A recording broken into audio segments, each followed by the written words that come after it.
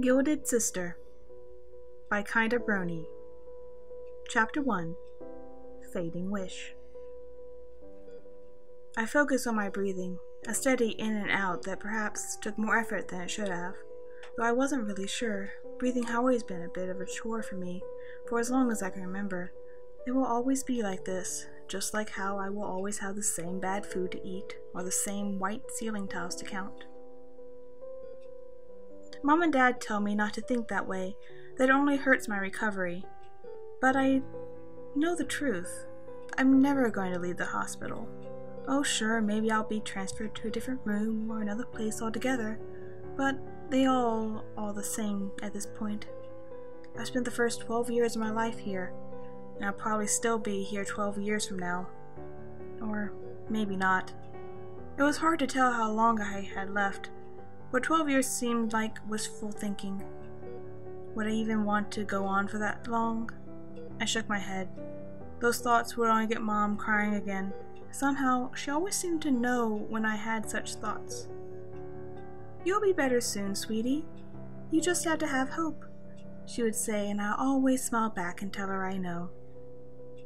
It would be nice if I could talk to her more often, even if it was the same every time.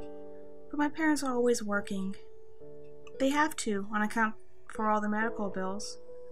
I asked Dad about it one time if I was costing them too much. He seemed really shocked and told me never, that he'd give everything to get me better. You shouldn't worry about money. What even brought this up? I showed him the book I'd been reading at the time, a high school economics textbook from the hospital's pitiful collection. I had burned through all the fiction they had and was forced to move on to whatever they had laying around. Admittedly, I never really tried to remember what I read anymore and just sort of do it to pass the time, but that musty old textbook unsettled me. My dad simply stared for a minute before chuckling. "Sometimes I think you're too smart." He reached forward and patted my head. "You'll do great things when you're out of here, I just know it." I didn't really think I was that smart. But then again, I hardly ever spent any other time with children, so I didn't exactly have a point of reference. Instead of voicing this, I gave my dad a shy smile and accepted the praise, spending the rest of his visit going over what I had read with him. Eventually, however, he had to leave and I was left alone again. The next visit was 2 days later from both of my parents. I had been coming to the end of the textbook at this point. I had hoped to impress Mom and Dad for when they came, but Mom wasn't too thrilled with my choice of literature. "Oh, sweetie, you shouldn't be reading such boring stuff. You should be doing things that make you happy or help make you feel better." She grabbed a TV remote and turned on the old tube television that sat high in the corner of the room. Flipping through the channel, she stopped on some cartoon show about 3 heavily deformed girls fighting a monkey. I never watched the TV because of how loud it is. The sounds, the flashing colors always gave me headaches. Mom sometimes forgot that on account of how little she came to see me. I didn't blame her for it, of course. She worked a lot more than my dad and didn't have the time. Dad blamed her, though, when he snatched the remote out of her hand and flipped the TV off. I don't remember much after that, but just the sounds of them fighting and knowing I was the cause. I couldn't stop the machines by my bedside going off, the nurse rushing in. By the time I woke up, it was already night and my parents had left. From the family album my mom brought in once, I knew they used to be really happy together.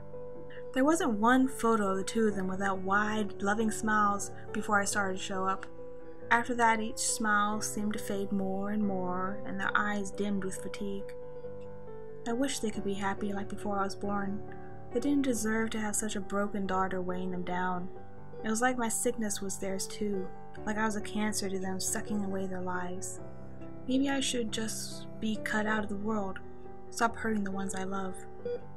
A familiar beeping rang through the room, but it was hardly seemed to be there as my eyes grew heavy. Breathing is a particularly hard challenge today. As my eyelids droop, a strange sensation overtakes my body, like pins and needles, as it feels like I'm floating out of my bed. Despite the darkness creeping up from the corners of my vision, the ceiling tiles begin to glow painfully bright, but I can't look away from them.